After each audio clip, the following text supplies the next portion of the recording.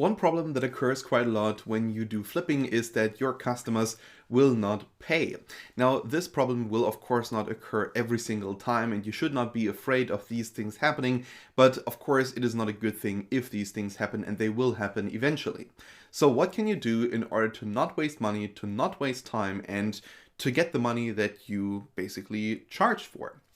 Well, the first thing that I would recommend you to do for smaller jobs is to not get any money upfront, because it seems a bit weird. Let's, for instance, say you do a logo job for someone else, and this person charges, let's say, or basically you do the work and you charge $40, and you have another person that does the same work for $10. And of course, it doesn't really make a lot of sense to tell your customer, please pay us $20 first so that we, know that you're serious about this, and then later on you pay the rest of the money. That doesn't really make a lot of sense. But for jobs above $200 to $250, I would actually ask this person to pay you 50% of the work up front. I assume that in most cases your profit margin will be above 50%. So if, for instance, you receive 50% of the money, you already know that you're gonna make some money on this deal.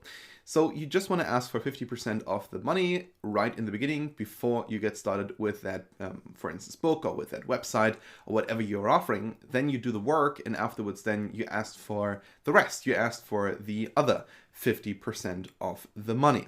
So that's the first thing that I would do. Generally speaking, $200 to $250 is, I think, the threshold that you should look at when you think about asking for money up front, especially if these are more, big and large complex projects that cost hundreds and hundreds, if not thousands and thousands of dollars. Then definitely you should ask for money up front. It doesn't make sense to just, charge someone $20,000 or $10,000, or even, let's say, $2,000 or something like that, and you also on your end have a lot of cost, and then to not receive any money, that of course doesn't make a lot of sense. So always ask for money up front.